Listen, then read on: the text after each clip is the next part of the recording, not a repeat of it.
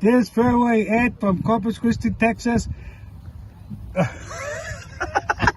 Oh, you're listening to Nothing is OB. Man, this game is crazy. You know, you come out here 1 week, you look like a major champion. The next week, you look like a 25 handicapper from Crabapple, North Dakota. Right there, my Alice boys. Let's go. Goyo. 3 shots, 4 par, I just do 2, 1 putt, par 4, birdie, woohoo, new driver, info, My replays, interviews, into, par gonna 5, have a fairway, banger what for you you. fin do? Think I'll try to get on, into, stop right, good line, good view, hit Drew, shooter McGavin, 2 thumbs that's up high and 2 fingers pointed at you, pew pew, fairway to green, conk off that I'm playing, sometimes these par 3 green look like an island, I'm punching to keep it on dry land, at least I'm... Let's go, boy. What do you think, Us? What's up, man? I had to bring Zeus with us today. That's the first time in a while, so He's hiding, baby. Nothing is OB South Texas Golf Podcast, episode 193, baby. We have a banger for you, all right? We got a banger for you. We have a recorded interview because she's doing some Zumba lessons right now. We had a recorded interview earlier today with golf media personality Sara Díaz. What do you think, dude? She's a doll, right, bro? it was awesome. Yeah, love her. Hey, take a number, bro. Take a number, bro. Yeah, she's awesome. Sara Díaz will share her experiences that she was doing a little media gig out there at the U.S. Open out in Oakmont, there in Pennsylvania. And you know what? She's going to tell us about her experiences, and then we're going to talk a little bit about what's going on here in San Antonio with in regards to some golf. The course is flooding. There was an irate post today about Alsatian Golf Club about water. Oh man, dude. But what did you think? I thought I was bad. So what do you think? What are your initial thoughts here on just before we get Sarah's take on her time at the U.S. Open? What were your initial thoughts from this weekend's U.S. Open? JJ Spawn, 2025 U.S. Open champion. Yeah, I mean, honestly, it was awesome. It wasn't your traditional major. The U.S. Open really never is. It's always about the grind and just staying determined and not trying to give it too much. It puts you into problems and everything. But and you couldn't ask for a better ending. They struggled. There's a rain delay, and then to come back and be the only person to shoot under par on the last putt, being the longest putt made all week, was pretty. I mean, you couldn't script it any better for a course like that, and the 4 days with the grind and everything. It was awesome. It was a great tournament, amazing Father's Day weekend. But before we continue, guys, don't forget, guys, we are presented by Maximum Demolition and Dismantling. Make sure you hit up our guy, Lee Ramos. He loves the dirty work. He's a hack golfer like Mike and I. Make sure you hit him up at 210-507-2227. No job too big, no job too small. Or you can hit him up at MaximumDemo.com. Southside born, Southside raised, family-owned business. We are thankful for his sponsorship, being the presenting sponsor. And don't forget, guys, we are coming live from the Texas Chancla studio. That's right, guys. Jesse Hernandez is the man right here. He has been voted 2023-2024 lawyer of the year. Yes, he is that guy. He is the TikTok lawyer. He belongs to the Broken Tea Society. If you see right there, he takes all these badass golf trips. I'm waiting for him to say that, hey, somebody wasn't able to make it, and Andy, I need you to step up. But we're thankful for his sponsorship of the Texas Chancla studio. Make sure you hit him up at JesseHernandezLaw.com. This guy, he'll slap the competition straight. All right, bro. So Mike, as we talk about the U.S. Open, you said there was carnage. It was blood. It was like watching a horror movie. And I was listening to a lot of podcasts this week about what occurred, about their take. And you know what? Some didn't like it. It was kind of like 50-50. Some loved it. Some didn't like it. Some said that wasn't real golf. Yeah, I think for me, knowing, not that I can compare anything to being on that level at the U.S. Open, but I compare it to that we played out at Cedar right after they had the U.S. Open qualifier out there that time, and just struggling in one round to keep it in the fairway, and like you didn't put it where you needed to put it. You're just penalized every single course or every single hole, and just having to grind through after 4 rounds, just mentally it's crazy how they were able to do that. But honestly, watching it in the beginning, I don't even know if it was kind of awkward to watch it, just because you knew they were struggling, you knew they weren't having fun. I mean, they were just trying to hold it together, and it was just like, I wanted some excitement. I wanted some birdies, some eagles. I want to hear the crowd getting behind somebody. We didn't get a lot of that. We didn't get. There was none of that. It was the excitement we were getting is from dudes getting bogey, right, and other guys saving par. I think that's where the big excitement came from. Yeah, and even some of them eagles that they had. I know Patrick Reed had one. Freaking Shane Lowry had one. They hit the ball. They couldn't even see the green that it went in, and the crowd goes crazy, and they're just like, "Oh, okay, all right." So I mean, it was a little hard to watch in the beginning, but seeing how the Sunday started and just seeing people just fall down the leaderboard and who was going to be able to hold together, like, I mean, that's kind of what major golf is all about, especially the U.S. Open. And I love that it's such a legendary course, like Oakmont, tough tracks, tough condition. Like, what was it, 5-6 inch thick rough? Oh man, it was just like, you think about it, right? It's like the spotters, right? We need spotters sometimes. And it was just, I thought it was amazing to watch. Father's Day weekend, perfect Father's Day weekend. I was out in Colorado, I was actually out in Estes Park on Sunday. No phone.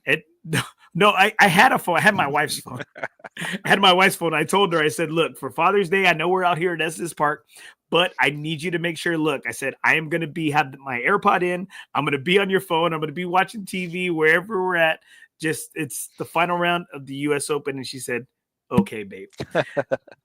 Also, guys, we want to say a special shout out to our gimme sponsor, FOREBROS Tour. Never golf alone again. If you don't have a home, FOREBROS Tour has a home for you, guys.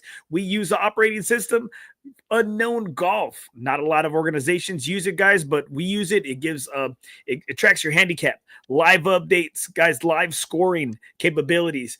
This tracks our events, guys. Make sure you hit us up, FOREBROS Tour. If you don't have a home, guys, we have a home for you. We play an amazing tracks, very diverse. We hit up everywhere. We go to Lackland, we go to Golf Club of Texas, we go to Alsatian, Cedar, we go to Cedar Creek. We play at Randolph. Today we were out at Silverhorn. Guys, we are all over the place. La Cantera. The Saturday, the guys will be out at Comanche Trace Country Club out in Kerrville, Texas. It's rated one of the best tracks in Texas. So, guys, hit us up, guys. Never golf alone again. I didn't play too well today, Mike. I shot an 85. We're gonna get into a little bit of that with Sara. Guys, we're gonna have our interview with Sara Díaz. She's gonna share her experiences out there. And Mike, what was your kind of takeaway from before we play that interview today? What was your take on Sara's Sara's vibe, Sara's energy towards the game of golf? Yeah, it was awesome. I mean, you could tell she's been in social media and journalism for a while. Very well spoken. Just hearing her experiences, though, not just as a normal media person, seeing it from different points of view. What she does. Not always just for the PGA Tour or whatever. Like, I think on this tournament, she said she was helping a Mexican company kind of cover the Mexican players that were in there, the Latin players that were in there. So, I thought it was awesome. It was good insight, on how she got, coverage of certain access to certain players and everything, and what that process kind of looks like. As soon as they get done golfing, there was the media right there and everything. So it was a great interview. I thought you were good. You kept your cool. I attribute that to my time in the military. Got to be calm under pressure. Don't smile too much. I was looking at some of the interviews because I did that clip and I'm over here like this. and my wife even checked that out. She's like, "Why are you mad?" And I said, I'm just focused. Yeah. All right, guys. With no further ado, guys, right here, our interview earlier today with Sara Díaz, golf media personality.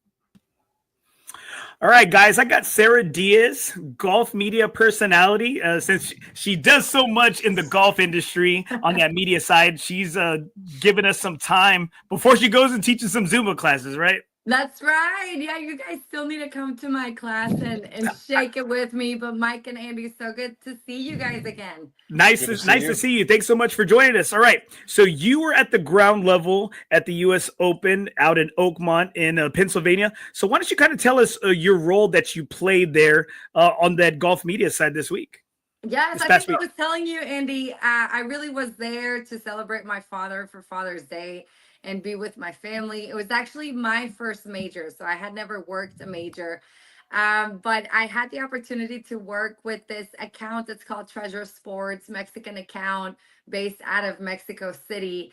And I work with a couple of guys there. And what we've been trying to show golf fans and people is what it's like to go to these type of events, right? So US Open, a major, and I had the opportunity to shoot video, interview players, and really be there for the dramatic finish of the US Open.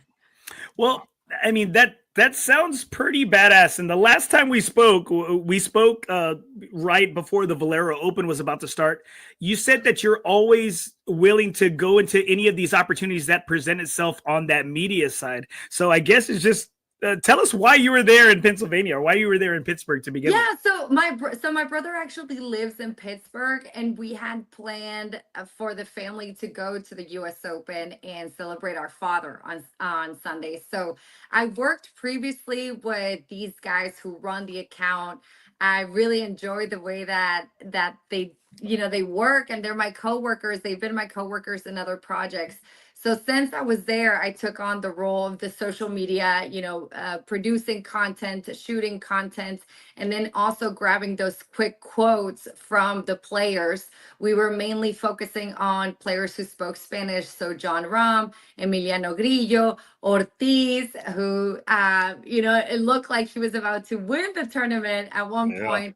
And then also Jonathan Vegas. So similar to my role in at the Valero Texas Open, but at the Valero Texas Open, I worked, we worked for weeks, right? I was there on site every single day for the Valero Texas Open. At the US Open, I was only there for Sunday. But I mean, you guys saw there was an hour and 37-minute delay. It was a day that we started from, probably like 8 in the morning to like 8 or 9 p.m. I think I went to bed probably like after midnight or around that time. What was the sentiment of these Latin American players? Like, I guess, did they say they had a hard time with the course, or what were their thoughts or their takeaways from playing what everybody keeps saying is like what is maybe like the toughest test ever in the majors for golf? It was tough. I mean, I don't know if you guys have seen all the videos and the frustrations from players, but the US Open is one of the ultimate tests, right? And they set up the course, extremely difficult. So when I asked Rahm, the way that we work with media is there's several media outlets asking players, how they played and how they felt throughout the round. So you had, just to give you an example, a movie star who's from Spain, you had me, and you had other different outlets. And so we take turns, but it's all very fast, right? So as soon as the player signs the scorecard, you are waiting for him, and you have previously been granted access to that player, right? So you do go through an approval process of credentials. You have a point of contact with media. In this case, it's the USGA who hosted the US Open. So you have a point of contact. I've met Rahm's agent before, and he was kind enough. They thought that he wouldn't get to me because it was moving very fast. You have to think, like, the players have been out there for a long time. They don't want to spend an hour interviewing, right? So this is very quick. That's why they call it like the quick quotes area. And so, but the agent was very kind to me, and he was like, Sarah, ask him whatever you want. So I had time for like one question and a quick follow-up. And what I asked him was how he had played, because it wasn't what he expected, right? Like the weekend wasn't what he expected, but he did do really well on Sunday. And when it was coming down the stretch, you could see that Rahm's name was still up in the leaderboard, right? So I think on Sunday he was pleased with his results, but not for the entire, 4 rounds. And so then, you know, you're just kind of waiting in this area. And thankfully, there was a little ledge where I could stand up and I was looking at 18. Because the thing is, guys, when you go to these events, you have to, as a spectator, and also when you're working it, but you have to be very strategic in terms of timing and where you're going to be, right? So, to give you an example, my job was to shoot as much as I could in terms of what were the concession stands like? What kind of food? What kind of prices are we looking at? Was there a merch tent? Was there 2 merch tents? Could we find some international fans that they could talk about their experience? What did the course look like when you were there? You know, what can you see? And so, because I usually arrive at the media parking lot, I was by the media center, not the main entrances. And when I walked all the way to the main entrance and back, it was probably an hour, right? shoot. So you have to be thinking about, okay, John Rahm is about to finish his, you know, his round, so I need to be over here. And then Carlos is about to end, I don't know, in 30 minutes after that. So I have to stay here because 30 minutes doesn't give you enough time to go shoot content and then come back. Are those guys so- pretty? Are those guys pretty nice though? Is anybody like, I guess, a jerk out there to you or no? Or and remember, the podcast is called Nothing Is OB. Who could be a jerk to Sarah? Come on. No, you know, those 3 players, I worked with them before.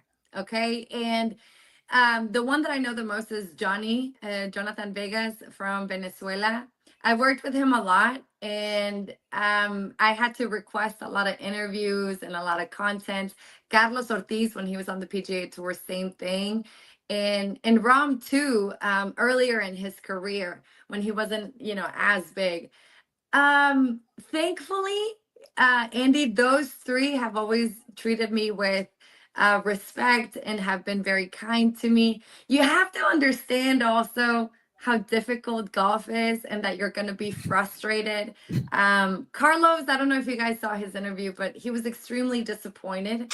You know, and I'm just glad that he was able to give us an interview, but you could see that he was just down, right? He was sad. I think at one point he probably thought he was gonna win the tournament. But what I told them was that for Mexicans, he gave us so much happiness, emotion, like it was so intense. Pride. A lot of pride. Yes, a lot of pride. So I said, you gifted that to us, right? So I told him, nos regalaste una de las emociones más duras that we have seen in golf in a long time, because we haven't seen, you know, a Mexican player on the PGA Tour, you know, get to that level. Abraham Answer, I think, was the other one who had finished like top 5 in a major before, but Carlos Ortiz beat him. So, because what I'm trying to communicate to the player is that this was a win, you know. Now he gets to play the next year's US Open, the Masters. So I think you just have to be understanding that sometimes, yeah, they're not going to want to talk to you. But especially right after the tournament ends, right? Right after the tournament. And you got to thank everybody, like your family, the whole family is coming up to you. You've got scorecards. You've got your agent, because this is behind the scoring area, right? So they're not even in the fan area yet. That is kind of crazy, because like if you look at other sporting events, they'll have the press conferences after the game. You know, when they've been to the locker room, they've changed, they've got a chance to compartmentalize everything, you know, unwind a little bit. And golf is just, you're right there right after they just missed a putt or lost or didn't do what they want to do, and it's like, all right, now let's ask these questions that you don't want to be here, because, you know, when you're at that level, you're just, if you don't win, I mean, 5th place is like whatever to them. Yeah. They just want to win. All of them do. You're so right, Mike. I hadn't thought about that. In the player dining room and the locker, you still had to walk outside. So it's a place where they do scoring, and then you walk outside. But in that little pathway, that's where everybody stands and everybody's, you know, asking for interviews. Now, it's very well organized, right? Like, but but you just have to understand that sometimes they're not going to give you, the interview. But I think as media, we shared all of our content, right? And I, All of our, between media, we can share those interviews. and I think in golf, depending on how the pro reacts and acts, in that initial conversation or that initial interaction with the fans and the media, can really paint a different picture in the media's eyes and the public eyes. On they catch you on social media now and everything is out there, and then like Bryson, when he wasn't a fan favorite in the beginning, he kind of had to adapt and overcome and change his personality, and that's a huge difference. But how people kind of come off of, like Rory at the US Open last year when he didn't want to talk with media and anything, get out there. It's understandable, but the he's media still a baby. He's still a baby. Exactly. Exactly. Yeah, it's so interesting because it's our job, right, to try to get, the stories, and I think that even if they have a poor day, they talk to media. I think people can relate to that, and people understand a little bit better, and maybe they even like the player more, they respect him. But I remember also, Mike, when my sister played in the LPGA, the Kingsmill tournament up in Virginia, and she was trying to do well, and I was her agent, right? So I was the one who you're on the other side, right? I was on the other side. So people wanted to Dictating. do podcasts with her, like quick quotes, like, can we ask you this? Can we ask you that? Were you like, And no, she's hold not- on. Well, bodyguard. No, we're not. Elsa was not, it's not like she was one of the top players on the LPGA, but there was still, because she was local to Richmond, there was still some local media, and it's all very exciting. But there comes a point where the player's like, I just have to focus on golf, because golf is what brought me here. And there's so many distractions, because, my parents would be like, hey, how about this? And how about a picture? And, and Elsa's just trying to focus and get in the moment. Well, this is one thing, and I think where a lot of people are drawn to you, and I think you've been a fan favorite of when you were on the show from, I think it was episode 182, 183 for VTO, You better right? remember, Andy. Come on, I was like, come on. I'm over here writing it down. I said, I had to go back and look on my YouTube channel. I said, what episode are we on today, right? So I think that's the thing, though, you're able to do from on the other side of the camera that people appreciate, is that you're like Carlos Ortiz. He didn't have to be vulnerable with you. He didn't have to. Yeah. He could have put up a front. And do you think maybe since you've worked with some of these players before, that it has something to do with maybe speaking, their native language or their first language? Or do you think maybe it kind of puts them in a state of comfort? Yes, I mean, I think, especially those three players, Spanish is their first language, right? They speak English very well. But maybe kind of like me, that sometimes you want to switch it, just to feel a little bit more comfortable. And again, especially with Carlos, this was a Mexican account, so we were focusing a little bit more on him. So I think it does help if it's in their native language, just like in any player, right? Asian player or people from other parts of the world. It just puts you at ease if English is not your first language. Well, all right. So let's talk about your family. You said your family was there with you. I have this awesome picture, and I'm gonna put it up there because he's one of my guys and one of my buddies. I saw that you had it. My boy Mike is your brother, and my boy the caddy Michael Collins. Yes. Oh, he's great. He is starting to be more and more involved in the ESPN betting. You guys should follow his account. You got some inside tips? Great. Yeah, we want some insider trading. Yeah. Oh, yeah. No, I can. No. I don't know if you guys knew, but he's a caddy and also a comedian, right? So it's great to be with him because he just has stories for days. And former guest on the show, good buddy of mine. Yes. He was a guest on the show. Yeah. Oh, okay, great. And then so you saw my brother there, but so yes, let me tell you what the experience for my family was like, because like I mentioned to you guys, I was working, so I was able to be with them. But then at the very end, I was waiting for players and kind of watching the action, watching the tournament from a screen that I could see. So I actually heard the putt first, JJ's putt first. My. And then like a second later, it dropped on TV, right? So it's a little bit delayed. You were delayed. You had you were on site delayed. and you were delayed. Yes. But my family, so while I was shooting, my mom and my brother tried to get to the grandstands at 18. So they formed a line, right? The line was pretty reasonable at that time. It was around 2 p.m. It was still a very humid, sunny day. You could see that people were getting a little bit sunburned. There was mud everywhere from just the earlier weather.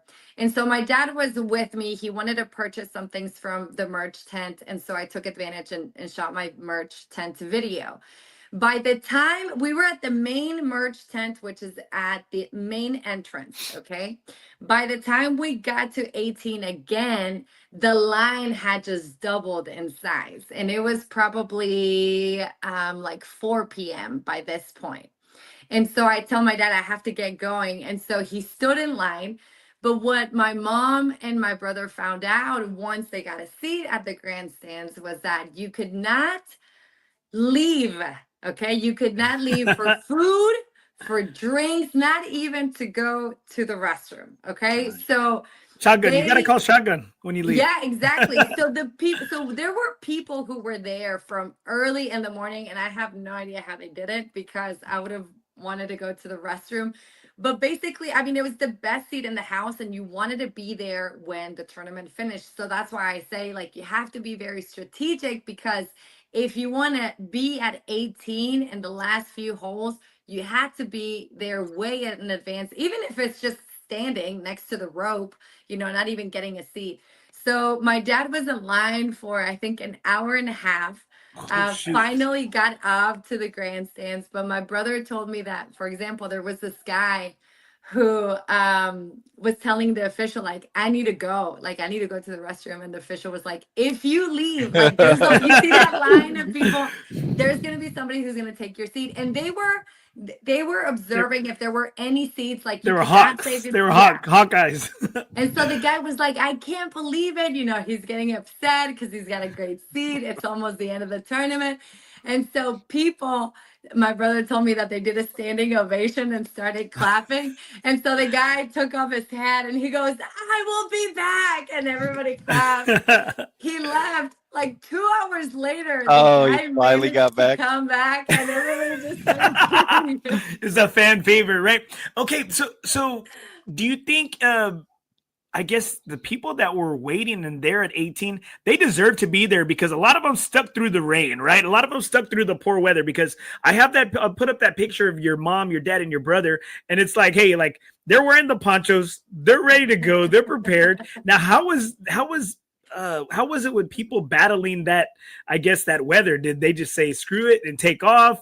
Or they trying to find, because after Gil Hans's renovation, there ain't no trees. Like there's no trees. There's no trees. When you are standing next to the clubhouse, so you've got 18, the grandstands, and then next to it, adjacent, kind of like behind it, you have the clubhouse. Then you have the practice green and also the 9th hole. And there's actually no division between the practice green and the 9th hole. It's kind of unique.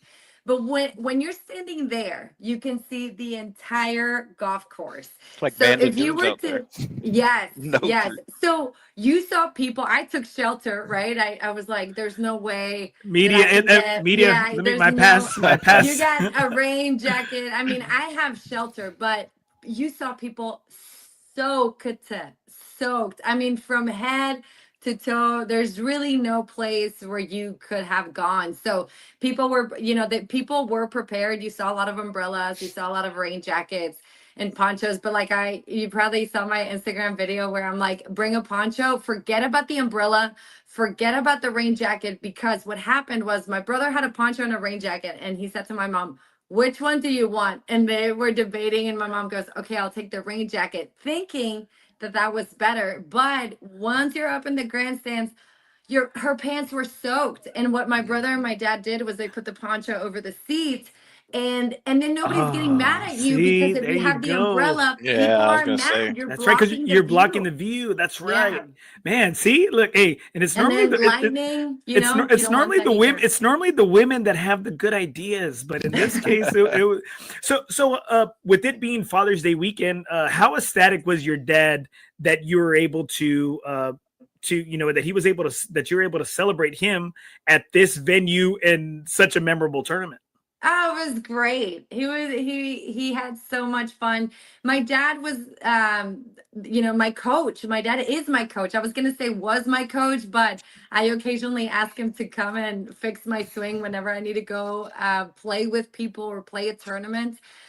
So he's still my swing. He's a chiropractor. He's the reason why, we're in golf and saw We're looking potential. we're looking for one, right, Mike? We're Yeah. looking for a good Yeah. one. A coach that's a chiropractor. Oh yeah, let's do it. Yeah, That's yeah. the best. Well, and he got started in golf because, at the time he was living in Mexico, but he saw that one of his patients, all of his patients were getting hurt. And he's like, what is this golf sport doing that all of my patients keep coming back, saying, hey, my neck, my back. And it's way more common than what you think it is. I mean, all of the college players always had, Advil, Tylenol. Oh yeah. Your body gets beat up just because it's not a contact sport or a fast sport. People think that, oh, you're just gonna swing the ball. Those that don't play, obviously. Mike But has we a Mike has know, a right? Mike has We a know. $20,000 massage chair in his living room. Do you really? The best investment I've ever had.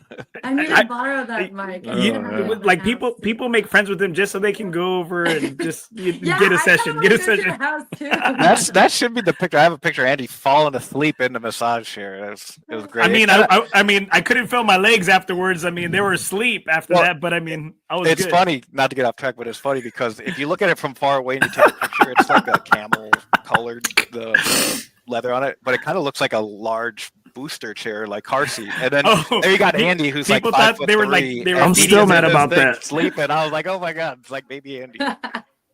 All right, Sarah. So all right, guys, are you done? If you're done making fun of me, Yeah. okay, we Right? can move on. Can you still So- see me okay? Yeah, you're good. Yeah, you're perfect right there. So as we look at that, in you play a role in PGA Tour Live. You've been on site at different majors, different tournaments. You've hosted so many different function and events. How did being there with all that electricity, all that energy out at Oakmont compared to maybe some of the other events that you've worked and you've been a part of? That's a very interesting question because we were, my family and I were discussing this. We were comparing it to other tournaments that we've been. And the other really big tournament that I've been to is Players, which is the flagship of the PGA Tour, right over at TPC Sawgrass. And the thing is, I think it has to do when you look at the crowds and you see how many people there are, I think it has to do a lot with the layout of the golf course, right? So Oakmont was a golf course where I felt that people were spread out and you can see the people. So you could see how many people there were there. There was a lot of crowds there. At Players, I feel like a lot of people hang around 18, 17, those signature holes. And for that same reason, it's like completely packed. I mean, you can't, there's a point where you're walking like this because people are right next to you. But at Oakmont, it did feel like it was a little bit more spread out. But if people go to the majors, it's because they're big fans and they want to see the best. It is the four majors, the most important ones on the calendar. So as you were covering in a different kind of capacity, right? Like not like you announced, and you stated when we had you on previously that you stated you do a lot of stuff from the studio, right? You're kind of off-site, right? As you commentate on these golf tournaments. Now, did you hear? Were there any rumors or anything that you heard that maybe some people don't know about? Because I had to wait to hear about some things in regards to Wyndham Clark and the whole locker situation. The whole locker room. I did not, I wasn't there for that.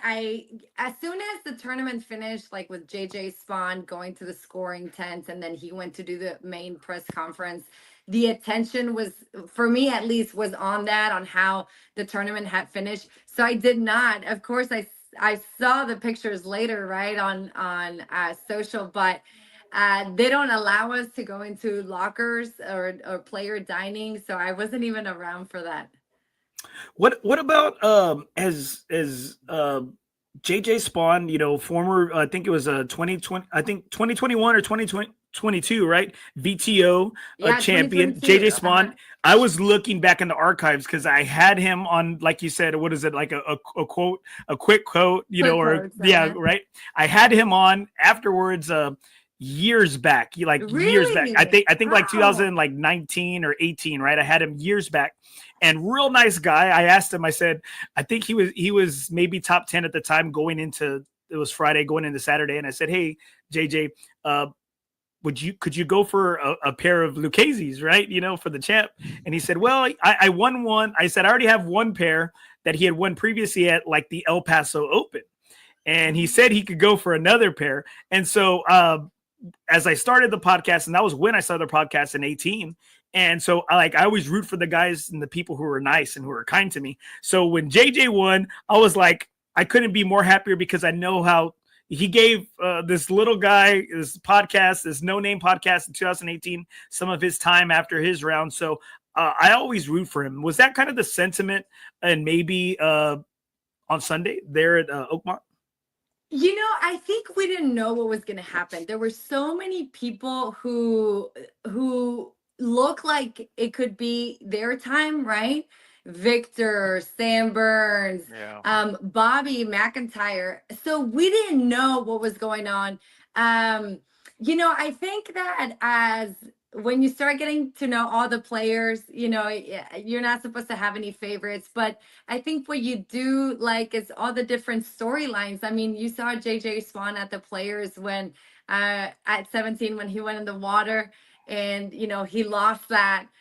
He was also about to lose his card at some point. So I think those stories that, where they really had to persevere, you just, you have I don't know, they're special, right? They're very special. But the thing is, if you look at every single player, they've had to persevere in some way or another. Like they might be going through a slump, but then there's some other ones that are carrying on momentum, and you're thinking, and that it's going to be their time, right? So I don't know, Andy, that if I had Victor's Hovland's family behind me, right? So obviously they were cheering for Victor, right? And then Sam Burns' friends were over here. They were cheering for them. So it's all split because everybody's rooting for their player. But I think what the crowd really loved was how he sank that 64-foot putt at the end. And I think that's what we all want in any tournament. It's that drama, that excitement, and that electricity felt. The walk-off, right? Like it's the walk-off. And I think if anybody's played any sport, it's just like it's game, set, match, right? Like game over, mic drop. And he did it. My buddy Mike, he's had 3 different lab putters, right? And he just he's letting me use the same one that JJ plays with, the lab DF3, right? Is that what it is, Mike? Yeah. He's letting me borrow it, and he goes, I'm going to give it to you for this much, but the JJ Spawn effect has it priced for this much. So he's like, here's your bestie price. That's right, Mike. That's you better hurry up and put a down payment on it. Work it.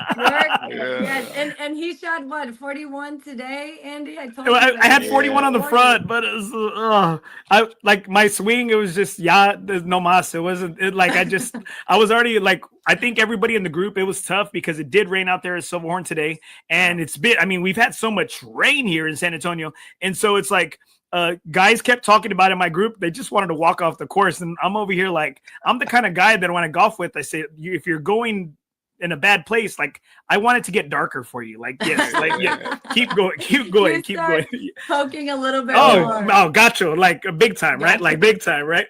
All right. So as we wrap up here, we're so appreciative of your time. Now, one question that I really had for you. How were the fans? You know, you said you were doing a lot of fan interaction. You were there, kind of doing some merch stuff.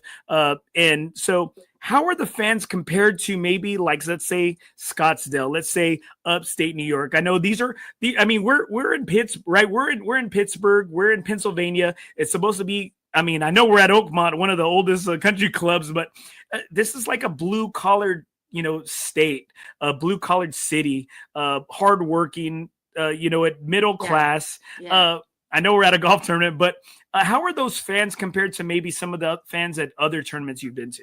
That's an interesting question. So I've been to the waste management tournament, and that's just wild, right? Like everybody has the mindset. It's a frat party, right? Is it a frat party? Is it like a frat party?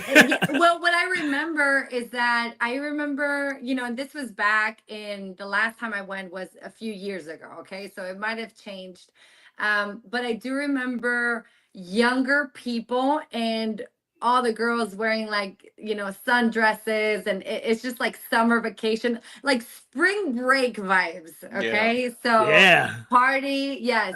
this one, quite frankly, I felt like it was very respectful. Even, I was telling my parents that even getting to the tournament, I do have the media parking lot.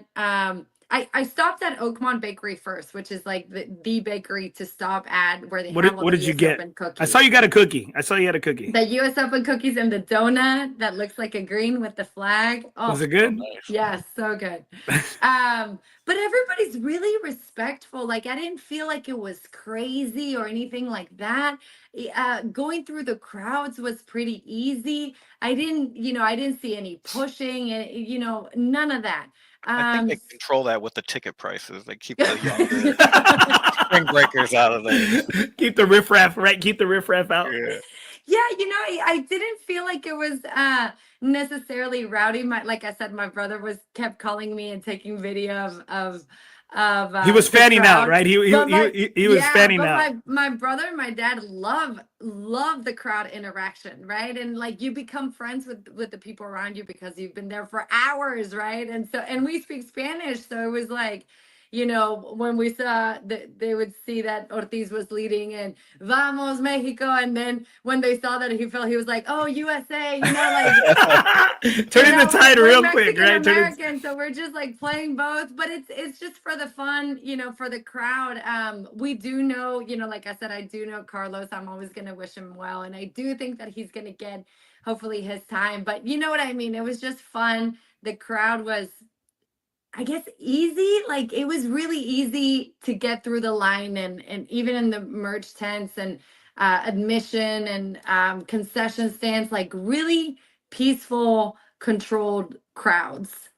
Yeah, I was kind of wondering about that because, like, unlike you've been to the players where you can hear somebody makes an eagle or a birdie from across the course, on Sunday, there's nobody, everyone's trying to make pars. So the crowd ain't going crazy over pars and everything. So it's probably like pretty dead. And when somebody did hear that, you could probably hear it from, all the way across the course. So it's like, yes. How was that environment? To me, it would seem kind of weird because even like at the Masters, they're going crazy at a lot of these like majors and everything. And it's like, to me, it just didn't seem like I was trying to get hype, but it's like people were just trying to make par. I don't know. Is it because it was gloomy or the weather? Yes, it was gloomy because of the rain. People, remember, had been soaked. They were, I think, trying to look for shelter. But also, so the rain delay kind of like always slows things down, right? People just kind of like, they're trying to see if they're going to leave. Took the air out of the bag, kind of, right? Like, yeah. It just slows everything down a little bit. And we're just waiting. Everybody's just kind of waiting, right? Yeah. So it's just a slow. But the thing is, when you are in a certain part of the course, you can see the players. So you could actually see like, oh, Ortiz is about to tee off over there. Oh, you could actually see what they were doing, right?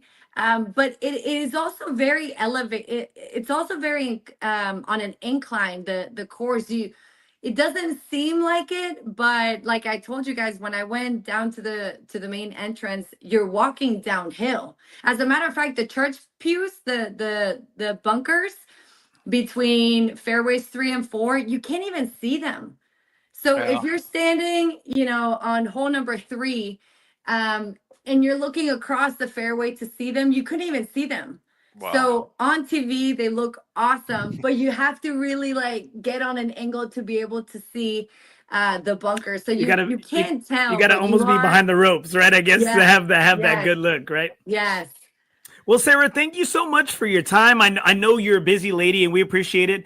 And we're going to run this later on tonight for our show. Mike, do you have anything? Do you have anything else for Sara before we let her go? No, I mean, it sounds like you have the best seats in the house, backed by Mr. Hovland family so and Sam cool. Bird. If you ever got extra spots at the Valero, let me know, because I love being in the. He always has. He always uses your clear bag policy too. Absolutely. The one he did. Hey guys, that's Sara Díaz. You guys are watching my videos. I know. I was like, man, I can't wear cowboy boots like that. All right. This is true. Hey guys, that is Sara Díaz, golf media personality.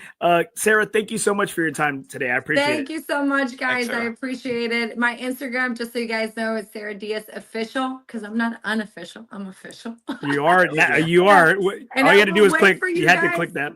I will wait for you guys on my Zumba class. Andy, we need to go play golf. You were gonna invite me, and then I don't know what happened. It's your schedule. It's your schedule. Now, see, look, there you go. You see that, Mike? You see that? But I got you, Sara. But then again, Thank you, Mike. but Mike, we got invited to go play the #1 course in Texas, the Covey, out at Big Easy on Saturday. Yeah. Oh my goodness. Somebody backed out though. This Saturday? Yeah. I'll be there. Andy. No.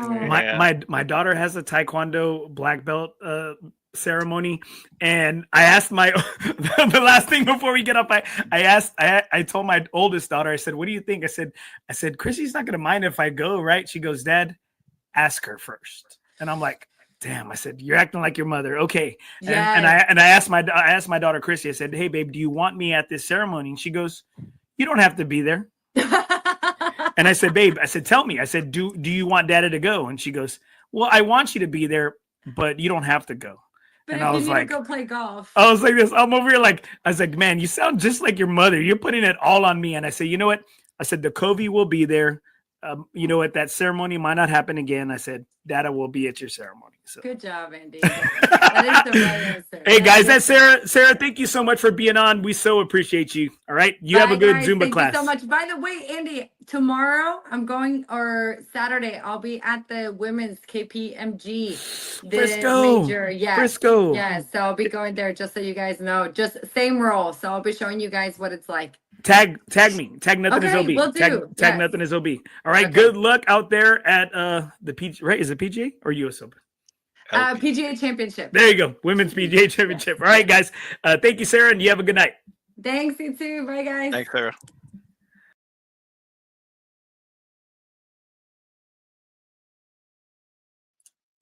Still muted. And we're back, baby. Mortimer, we're back. We're back. I'm just glad when I watched that over again, I wasn't smiling too much. It was like the right amount. Well, did you see me? I'm telling you, I was yeah. I was like, what is he squinting at? I'm just focused. I'm focused because again, you know what, Ostman, you've been on the show quite a bit and whenever we have these people who make their money, on their they're in the golf media profession. Yeah, they're on a time limit, and I know Sara. She says yes to any of these opportunities and doesn't limit herself. And plus, you can see she's got a bubbly personality. She's super positive. She's easy on the eyes. She knows her stuff. Played collegiate golf. You know, she's a baller, right? So it's like, why wouldn't people want her to to present their, their information or work for them or do their bits and stuff, right? And so we got a couple of comments right here. Thanks, right here. Jeremiah Sierra, bring her to FOREBROS. I don't know if she's ready for that life. I don't know if she's ready for that life. Take all of our money. Oh, dude, she could play. Great interview, Andy. Thank you, Mark. And Mike was there too.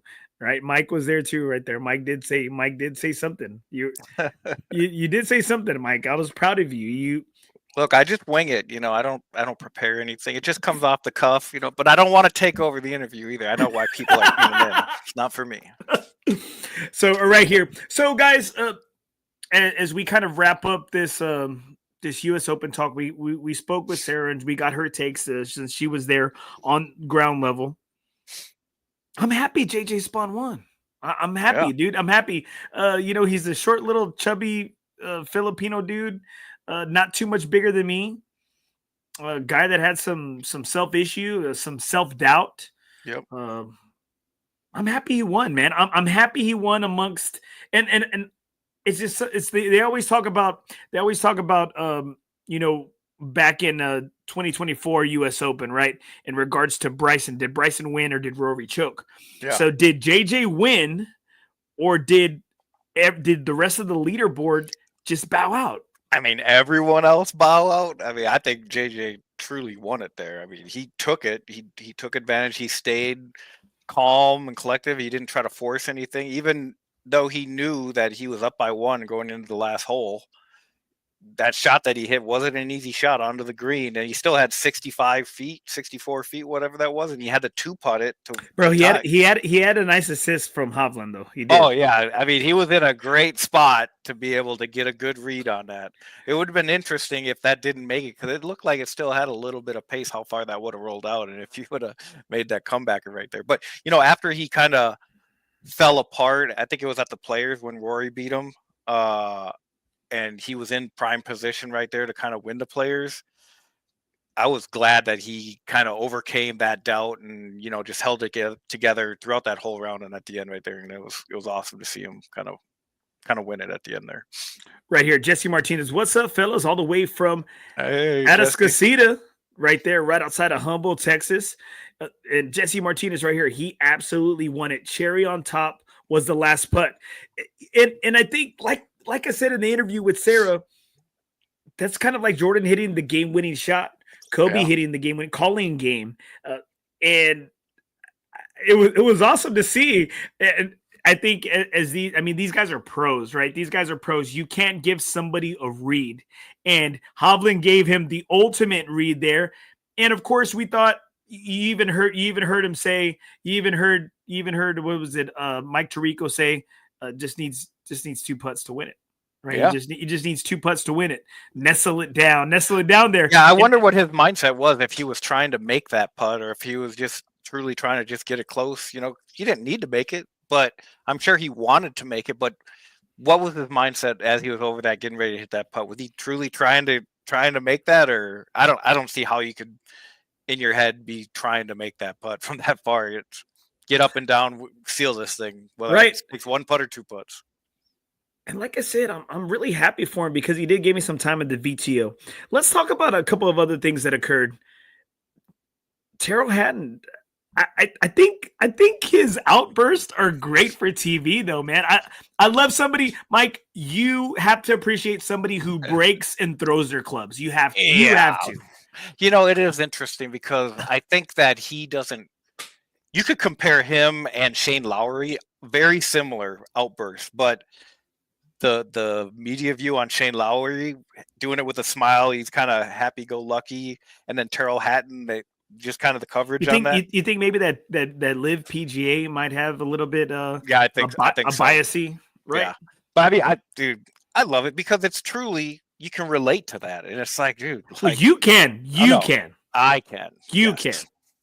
You definitely can. I still have half of your 60 degree right here in Titleist. Freaking badass one that I think you had it for a day and you snapped it and you left it out there at Buckhorn. Look, man, it was defective. All right. Also, your thoughts on the ruling getting told no twice. Sam Burns. That was They spoke about it. The guys from No Laying Up spoke about No Laying Up podcast.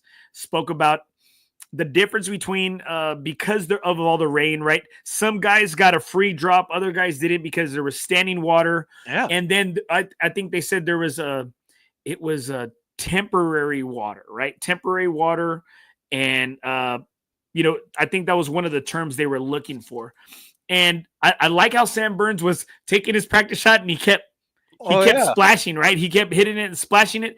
And I think he also psyched himself out to where I think if you embrace it, different rulings, didn't he? No. It was the same ruling. They were both no. They were both no. Oh yeah. He got two different opinions on it. Yeah, he got two different opinions that they were still both no. Yeah. And I think you even saw JJ Spawn's his last shot on 18, his second shot to get on there. You saw a huge ass splash. Yeah, I mean, I get it that you're trying to make the Open the toughest and everything, but I mean that was a little ridiculous. They showed the spot where he hit it afterwards. There's water everywhere. The water wasn't going into the ground. Like, I mean, whatever. But at the end of the day, whether you can't let that affect your next shot and everything mentally. You have to be prepared to hit it and kind of go with it. And I think that truly got to him. And I don't know, even if he would have got a drop, if he would have still been in contention. I think he fell to like 7th or 8th overall. But I mean, yeah, that's tough, man. And again, that just plays into the U.S. Open, another level of mental fortitude that you need to have to be able to overcome those positions and everything. And I think JJ Spawn has got that dog mentality. Yeah. And I think a lot of times we don't see that in golf. It's a gentleman's game. It's a rich man's game. Yep. I think we don't see that. And so that was one of the things that I was loving. I was loving these guys struggle out there and fall by the wayside right here. I got a great comment right here. Anthony, I'm probably going to murder the name. Klagenberg right here. How do you think the guys in the clubhouse were feeling after the round, waiting to see if the rest of the field choked? And they continually said in the broadcast, oh, if they could get in +3, +2, if they still have a chance, because it was, I mean, and you had Adam Scott and Sam Burns in the last group. They choked. I mean, they were kind of obsolete. Yeah. They were obsolete. Well, and wasn't it McIntyre that was in the clubhouse that won over for a while? Yes. Waiting to see it. People just kept going down. Big shot Bob. Yeah. Big shot. He had the taco meat. Meat right there. Mike, he had the taco meat. Oh, I see it. But I am sure that they probably felt, relieved that they were done, not having to go in after that rain delay, all that stuff that happened. But you just never know, and a two-shot swing on one hole could happen. So I'm sure it happened a lot out there. It happened a lot out there. Yeah. They talked about Adam Scott fist pumping a bogey. Yeah, exactly. Yes. Right here, Anthony, thank you for chiming in, brother. That's great. It's post a number and C, right? Post a number and C right here. Jesse Martinez. Sorry, right here, Jesse Martinez. I think Sam Burns did get screwed not being able to move his ball from the water. Yeah. And again, back to that. I'm not too sure because I think maybe they were trying to be tougher in regards to the rulings as opposed to being lax. Because what do these guys do constantly throughout the Travelers? Yeah, the Punta Cana. They're getting these crazy ass drops, bro. You can't tell me they're not. You can't. Oh, yeah, but again, if you're going to make a ruling at one tournament, it should be the same ruling that you're going to make in other tournaments. A rule is a rule, right? I think the USGA was proving a point. I think that's what I think too. I think they were trying to prove a point that if you're going to win this, you're going to have to win this by our rules, right? You really didn't hear a whole lot of concern about mud balls, though. I remember that tournament. I don't know if it was at the Master World when Koepka hit that mud ball and it was all completely hooked out of bounds. It was. They wanted it to be, the players wanted it to be lift, clean, in place. Yeah, but you didn't hear a whole lot of. It was Scotty. It was Scotty Scheffler. Oh, Scotty was crying about a mud ball. Oh, he had it hit it coming off the face, and with the mud on it, it's gonna change its, direction, whatever, right? I got Mike Kirk right here. His reaction in the clubhouse was classic. all he could say after that putt was "Wow." Yeah. I love that. You had Robert Big Shot Bob clapping, and I think the thing is we appreciate that, and that's what I love about our group, about FOREBROS Tour. A lot of times in our group, we can appreciate when somebody plays well.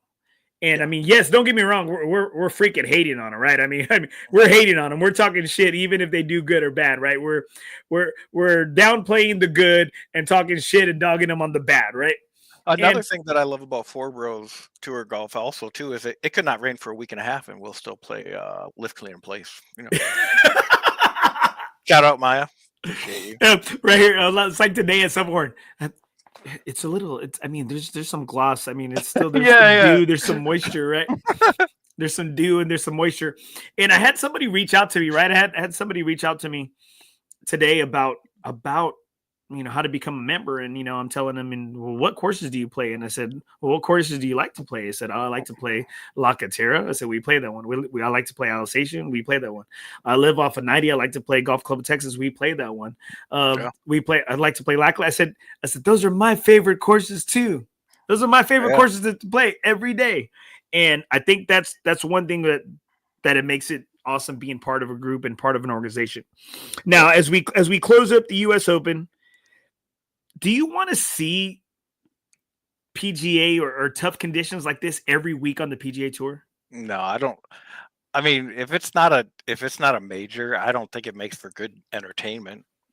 I don't think so. I mean, I'll tell you, the first couple days that I was watching, it was hard to watch because you just know they're frustrated, they're struggling, they're not enjoying it like they're due at the Masters or at the PGA Championship, or even when they're playing in Europe at the Open, they're struggling there, but it's a different type of struggle. Like, you're going there, you're going to play in 50-degree weather, it's windy, it is what it is. But I don't think if you're trying to make conditions that hard week in, week out, I don't think the viewership would probably be there as much as it is. People like to see birdies. They like to see eagles. They like to see, not saying that they like to see you shoot 30 under after 4 rounds, but on the other side too, the PGA has to do something to make it so they're not shooting 30 under every round. They got to make it. These guys are the best of the best in the world. And, to try to make some of these courses that have historic history on the PGA Tour, you have to make them tougher. You got to make them harder. You can only make them so long. You only have so much land. So it's like, what do you do? Where's that happy medium? I'm in total agreement with you there, because it's tough, and we want to see shot makers make shots, right? We want to see shot makers make shots. That's what it comes down to. And guys, don't forget, guys, we are presented by Maximum Demolition and Dismantling. I'm sure a bunch of these guys wanted to demo and dismantle and put back their freaking games back together this past weekend. Now, Mike, as we close this out here, what is something that maybe you would like to see happen from this tournament, like for the next US Open? I believe was it Shinnecock? I think it's Shinnecock. Yeah, I think it might be Shinnecock. Yeah, it's interesting to say, because every year that the USGA is going to do whatever they can to make it tough. You hear every year that the mindset from the superintendent is, oh, we don't want pros to be able to come out and shoot over par. And then you have last year they played at Pinehurst, I believe, and they're like, oh, nobody's going to shoot over par, and then first round somebody's 6 under. They can only make the courses so tough. I think having it like that is great. I think the US Open and the USGA should continue to do what they're doing, building these courses up like that, but also have risk reward stuff. I don't know if I enjoy having 300-yard par 3s, seeing that, even though people were hitting driver and they were sticking it onto the green. I hate 186-yard par 3. I hate that. I hate when Robert does that crap at freaking Lackland. And I hate how, I think it's, what is it, number 6 at Golf Club of Texas. It could be downwind. It could be wind in our face. back pin 200 location, yards. right? Yeah, back pin Yeah, that location. green is 40 yards from front to back. I think I remember I hit like 160-yard chunk, right? I hit 160-yard chunk. It landed 10 feet before the green, and it ended up being about freaking 4 feet from the freaking pin. Like it bounced up there and it rolled all the way. Yeah. All right, Mike. We had some bad freaking weather happen here in San Antonio, and I know courtesy of you and some of our friends, they were able to get some video to us right here. Let's go ahead and play this. This is from Lackland Gateway Hills. San Antonio received what, about 9.25 inches of rain, right? I guess it was insane last week. Yep. It's just flowing like crazy, and it's rising. Look at this. It's creeping up to hole number 2. Look at that right there. And we have so much freaking, let's check it out again right here.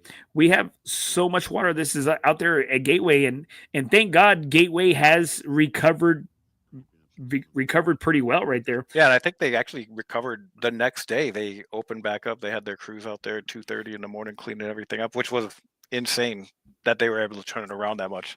Yeah, this right here, this Salado number 4 down in the gulch right there, and that is that is a crazy amount of water. But I know I think they said they were shutting down for 2 weeks to clean everything up, but I know they had the Fort Sam Houston Men's Association Championship Wednesday and Thursday, and they played Salado, and I heard it was back into really pretty good condition and everything. I think they might keep it closed for a couple more days, but for them courses to come back from that, it would be interesting to see what Cedar looked like, knowing that it's down in the valleys right there and everything. Because I think that's one of the things, though, that whenever these courses do remodel, they do it in regards to, a lot of times it's old infrastructure, right? Yep.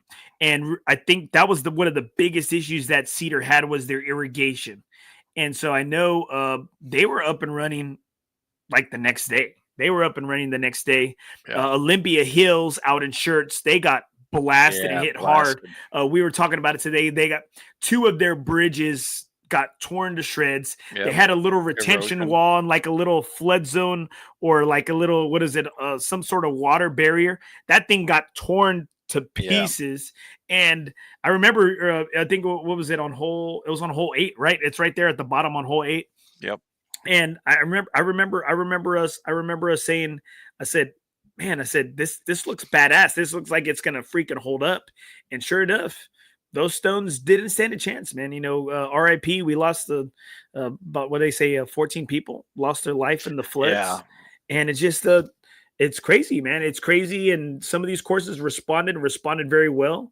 And some courses, I know Olympia Hills just opened up, I think, a day or 2 ago, and I'm glad, because they've had some issues out there. They lost their greens, they got them back, and they're just kind of coming back around. Yeah, and that's a very tough track, tough layout. I'm hopeful that they are going to get those bridges fixed, because I think they said on hole number 2 they had just redone that bridge and it got torn to shreds right here. Ryan Lee, San Antonio doesn't know how to act with the rain. No, that is for true. I don't even remember. I've been here almost 9 years now. I don't think my grass has ever been this green in June. Well, it's like you have all these people asking about courses, right? On San Antonio Golfers, you have all these people asking about courses, right? Like, hey, how's this course? How's that course? And I like what Bo Lehue out of Golf Club of Texas says, right? He goes, we've had a lot of rain. All the courses should be good right now. It's just like, I mean, you're right. I mean, like, if your course is not in good shape right now, with the exception of the immense flooding, and if it got damaged, that is understandable. But you're right. If your greens and your fairways aren't good, and your tee boxes, they're not hairy, just the way I like them, then some you have issues, right? You have big issues right now going on. Yeah, I wonder how. I haven't heard anything about Landa either. Right there by the Comel and everything. Well, Buckhorn, Ben Marshall told me today that he was talking to the guys out at Buckhorn. He said they got very little rain out. Yeah, it was a huge I mean, it was just a small supercell that came through us, kind of like that supercell that went through Austin and brought all that hail on the north Yeah, side. and a couple weeks back. just tore some stuff up. Yep. Well, okay. As we talk about the flooding, we talk about some of these courses. Yes, every course is looking good, but you know what? I think it's been a common trend amongst courses right now, is that I guess some courses are fearful for losing their greens because they're all a little hairy. We played La Cantera. Excuse me, Yep. La Cantera. They were in great shape, green, right? But where were they? Hairy. They're Yeah, hairy. slow. They were slow, right? We played Silverhorn today. At Silverhorn, they were in great shape again. They were a little slow. Gateway Hills, little slow. And I think And some of that little slowness could be because of all the rain that they had, and it just hasn't unsaturated their greens a little bit, and they don't. The last thing you want to do is cut them too short when they're too soft. that's true, and then you can lose them. And I think that's the one thing I think a lot of supers at this time are. It's a good problem to have, right? They're saving money. They're getting some of that. They're getting some of that rainwater, which is you can't beat some good old rainwater. Yeah, but also I think it's you don't want to lose. You don't want to lose the green. You don't want to lose it, but also it's not a problem that they've dealt with in many years. All this water and this rain. I mean, we've been going through droughts for 3 or 4 years now, pretty consistently. So they haven't had to deal with, what do we do in this situation again? And let's be a little more extra conservative so we don't do anything wrong and make a bad decision that's going to last for a month or two. Another thing today that I saw on San Antonio Golfers, you had a guy make a comment, and it looks like he removed it, right? Or it got removed. And what was he saying? He was talking smack about. Was it just directed at Alisation? Yeah, he said that the course was good, the greens in the fairway were good, but there was no water on the course and no cart girl or cart person, and that it's way too hot out here to have no water. And I was just like, well, and then he made it was probably a little snide comment. Like, he's like, I should have been playing golf club with Texas or whatever. They're on the same side of town. They're probably competition for who's gonna play 90 where. Highway 90. Yeah. I tried to help the dude out. I was like, you still had time to delete this before they start counting them. But I think it was up for a few hours, and the super out at Al Station addressed it right away, and it was like, look, there's water there. And I think they did just change their policy on water. They give you 4 waters before you go out, and you can buy water out there for $1, which I don't know if I've drank more than 4 bottles of water on a round of golf ever. It's probably enough, if not definitely enough, to get you to the front 9, and then you can buy something once you're at the turn or whatever. Well, Mike, and this is where every course differs. It's like today at Silverhorn. Yeah. You know what? Everyone talks a lot of shit about Silverhorn because they do not have water throughout their course at all. Yeah. I mean, you go into the bar. They have a freaking jug right there for you, right? They'll give you ice, they'll give you a cup, and they have water there for you. I'm not too sure. I don't know. They said it was something from COVID that happened, and that they just don't do anymore. Right here we go. I got a great quote right here from Ryan Lee, who works at a couple of golf courses out here. Ryan Lee, bro, everyone knows any cooler on the course is filled with hose water. We grew up on that, but it's not hard to bring water. Also, Alisation provides free water bottles for free at the turn and before your round. Yeah. You know what? What is right here, Ryan? Thanks for chiming in, my brother. Hey, Dave. Greater transfusions right there. Ooh, hey, that's my buddy from my wasted management golf trip that I take every year. Hey, but you know what? Transfusions.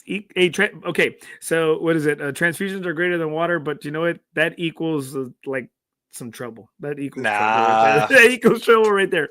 And Ryan, my brother, thank you so much for chiming in. Ryan Lee, former guest on the show, and he's worked at a couple of courses right there.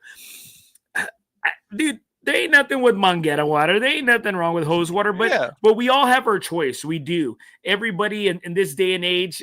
Oh, look right there. Equals the nest. The nest. What is that? Is that where y'all stay? Is that? No, I'm not commenting. Oh, No. I'm waiting. I'm waiting for you to come. I'm waiting We're for you to good. come. I don't know. We could be better. We can be better, right?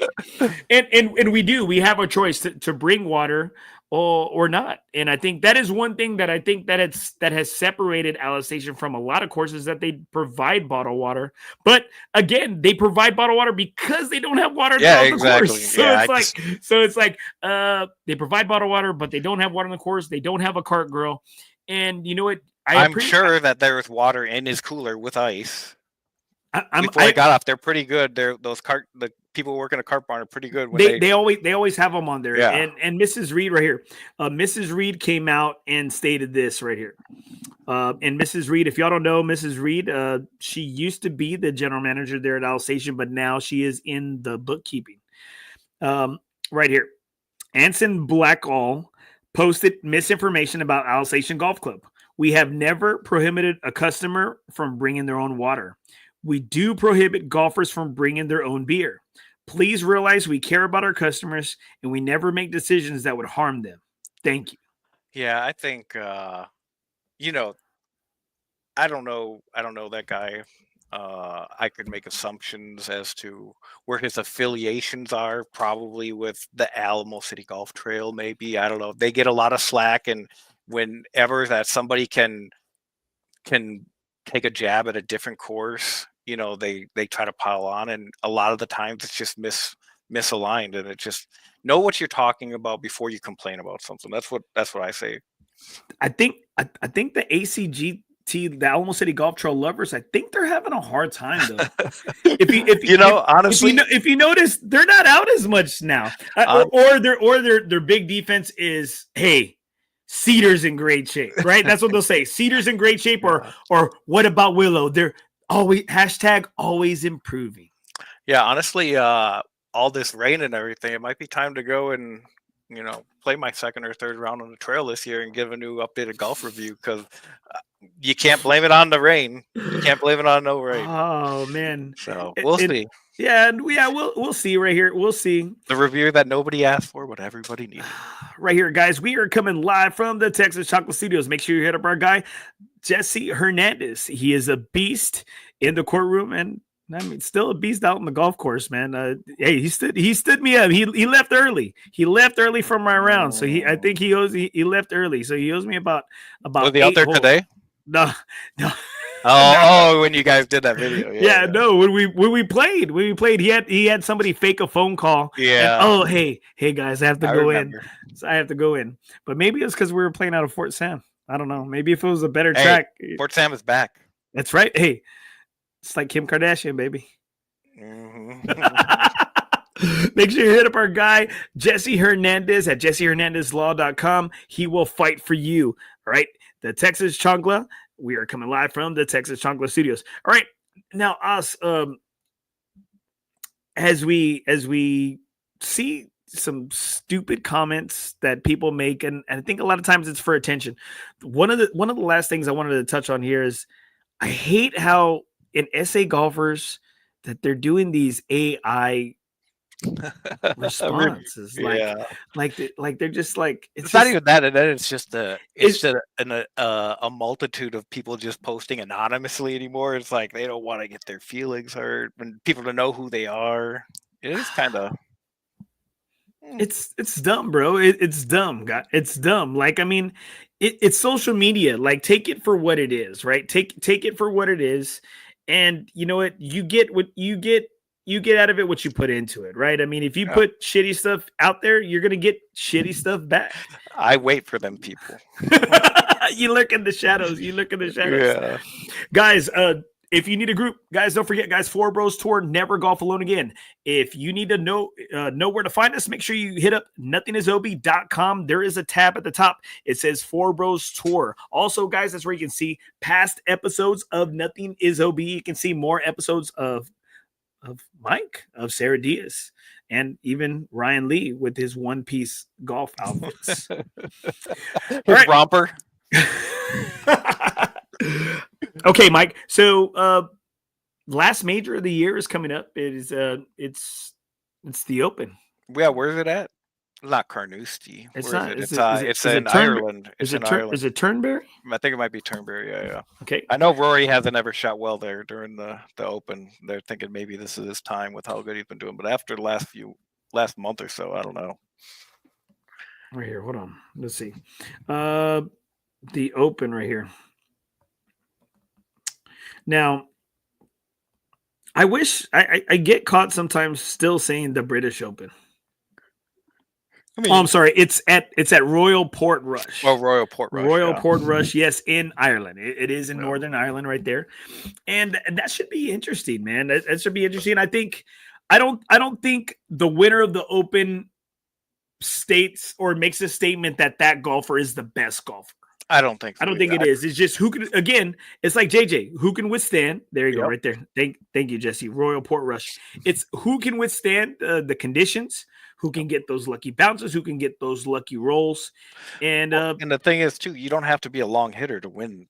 Yeah, because that ball rolled for days. Rolling, yeah. That ball rolled for days.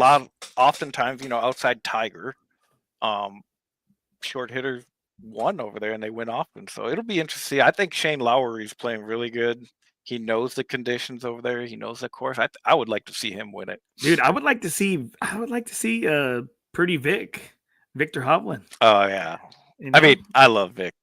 Oh, dude, he's fun. He's funny, and he keeps it real. He keeps it real, and that's what I love about it. His Twitter's awesome too. That's what I love about it. He keeps it real, and I mean, you have to love a guy that that acts like that, right? You have to love a guy that acts like that. Oh yeah. All right, Mike. Last thing that we're going to talk about right here, Father's Day gift. What did you get, or what did you gift yourself for Father's Day? Yeah, so I bought a couple suits that my wife actually took and paid for. It was good, but I went and bought myself some new clubs. So I got fitted for some new irons, which fitting experience at MK Technology, awesome.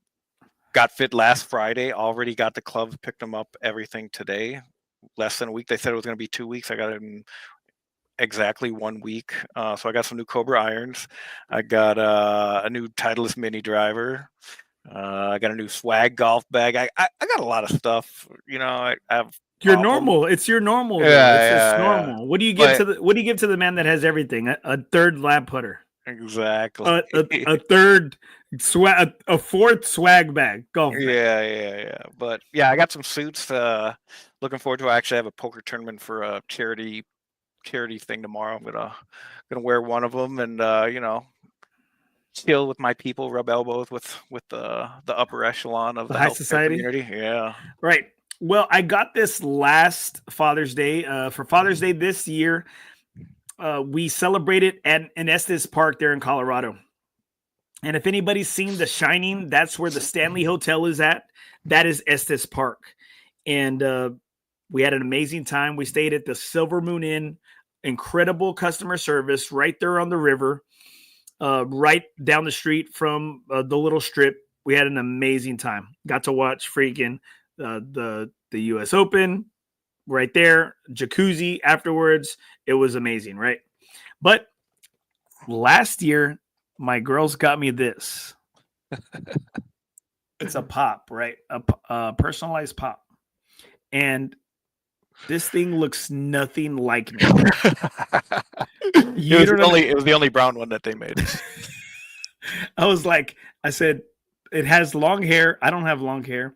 It's got like it's wearing like high water like joggers. I don't wear that. And but it had glasses, it had a hat and a golf club. So and they're like, it's dark, Dada. It looks just like you. And awesome. I was like, who is this? What do you think I look like right here?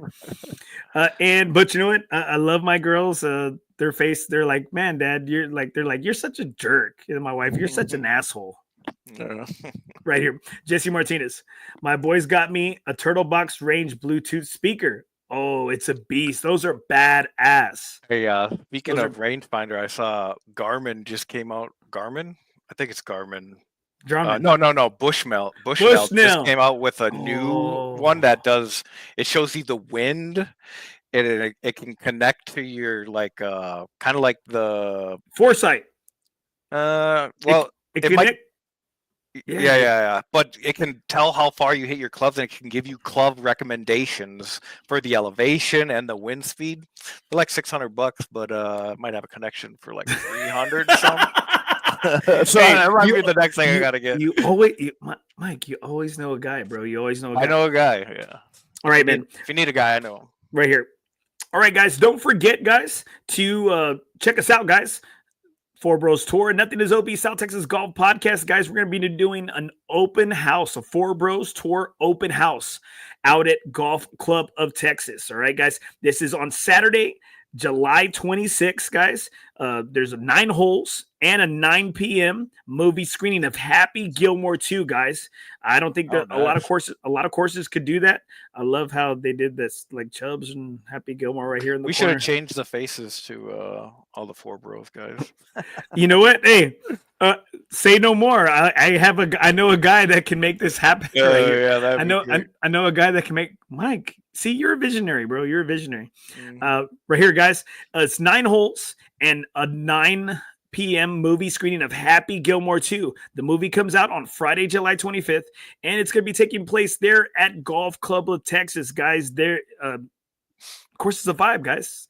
Free cake beer to all FOREBROS Tour members, potential members, and their families, guys. So it's free cake beer, the official beer of FOREBROS Tour, which is that Michelob Ultra.